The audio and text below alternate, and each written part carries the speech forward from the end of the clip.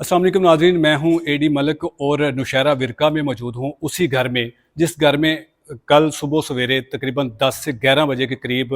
कुछ नामालूम मुल्ज़मान जो हैं वो इस घर के अंदर दाखिल होते हैं और दो मासूम बहनों को घर में दाखिल होकर गोलियां मार के कत्ल कर देते हैं। जाए वक़ूआ आपको दिखाते हैं कि किस तरह से ये जो कातिल थे ये इस घर में दाखिल हुए। पहली वीडियो में आपने देखा कि घर के चारों तरफ से कोई दाखिले की कोई ऐसी एंट्री नहीं है कि किसी तरीके से इस घर के अंदर कोई दाखिल हो जाए। जैसे इस गेट से अगर आपको दिखाएं कि इस गेट के अलावा इस घर के अंदर दाखिल कोई नहीं हो सकता। वो मुल्ज़मान कैसे इस दरवाजे को खुलवा कर इस घर के अंदर दाखिल हुए और इस घर में दाखिल होते साथ ही आपको इस तरह के दो दरवाजे नजर आएंगे।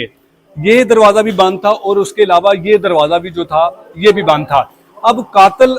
किस तरह से दाखिल हुए और इस घर के अंदर जैसे ही पहुंचते हैं तो इस घर के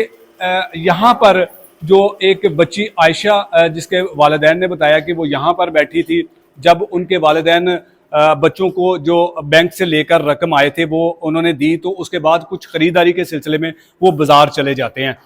तो उसके बाद कौन जो मुल्ज़िम था वो कैसे इस घर में दाखिल हुआ और दाखिल होते साथ ही वो इस कमरे के अंदर दाखिल होते हैं और इसी कमरे में यहाँ पर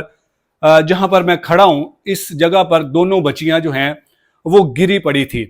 बच्चियों के वालिद ने बताया कि एक मेरी बेटी ने हाथ जोड़कर उनसे माफ़ी मांग रही थी कि खुदा का वास्ता है हमें कुछ मत कहना। यहाँ पर इस कदर खून यहाँ पर पड़ा हुआ हम आपको दिखा नहीं सकते, लेकिन जो वजह थी जो कत्ल की या फिर जो इस कत्ल को डकैती का रंग दिया जा रहा है कि ये वो सेफ अलमारी है। यहाँ से जो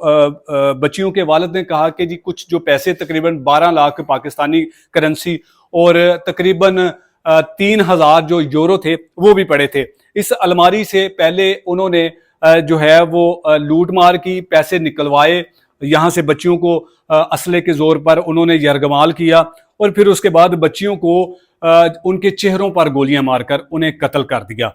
नाज़रीन, इस कत्ल की जो अफसोसनाक जो वारदात है, अब इसके पीछे जो कातिल हैं वो कौन हो सकते हैं, क्योंकि इस घर के अंदर दाखिल होने के लिए जो हमने आपको गेट दिखाया कि वो गेट के अलावा इस कमरे के अंदर कोई दाखिल नहीं हो सकता। दोनों बच्चियों को यहाँ बेदर्दी से जो है वो कत्ल करके वो जो मुल्ज़मान थे वो कैसे यहाँ से फरार हो गए। सीढ़ियों की तरफ भी मैं आपको लेके चाहता हूँ कि जो कातिल हैं क्या वो सीढ़ियों से दाखिल होकर आए हैं या फिर जो कत्ल करने के बाद वो कहीं यहाँ से ऊपर जो है वो सीढ़ियों की तरफ से तो नहीं चले गए। तो ये दरवाजा भी जो है वो यहाँ से बंद है,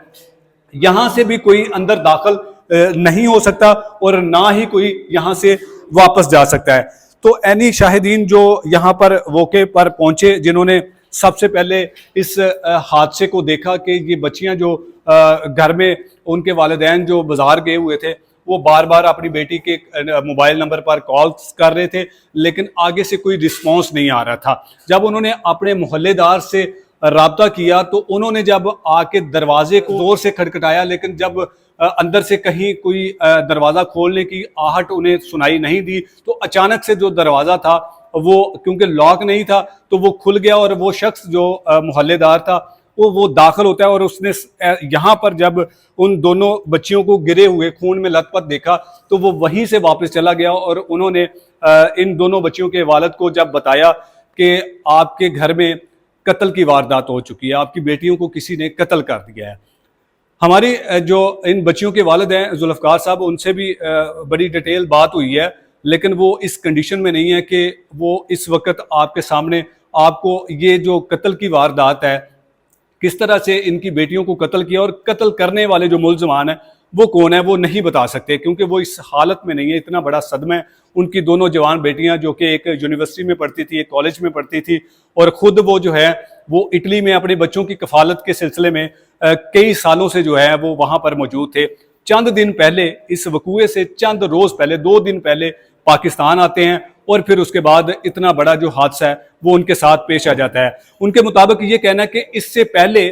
कुछ लोग जो हैं वो इनको थ्रेड कर रहे थे, कुछ लोग इनसे भत्ता मांगने की कोशिश कर रहे थे। जब इन्होंने अपनी मुतलका पुलिस को बताया तो हमारी पुलिस, जिनकी ये रवायत है, जिनकी ये रविश है कि अगर कोई शख्स अपने साथ होने वाली किसी ऐसी कहानी के बारे में आपको इतला देता है या फिर कुछ अपने साथ कुछ होने वाला कोई ऐसा अफसोसनाक वाकया से पहले वो पुलिस को इतला देता है, तो पुलिस इस कान से सुनती है और इस कान से निकाल देती है। अगर पुलिस ने तब इनकी कंप्लेन पर अमल किया होता और उन नामालूम मुल्ज़मान की जो है वो निशानदेही की होती, उनको गिरफ्तार किया होता, तो आज ये दो मासूम बहनें इस तरह बेदर्दी से कत्ल ना होती। हम इस जाए वकूआ पर आकर हमने आपको ये तमाम तर मनाजर दिखाए, ऐनी शाहिदीन की भी आपके साथ मुलाकात करवाई कि कैसे दिन दिहाड़े ये जो कत्ल की वारदात हुई है, कौन है जो कातिल जिसने घर में घुसकर इन दो बहनों को कत्ल किया, या फिर इन दो बहनों को कत्ल करने के पीछे कोई और साजिश थी,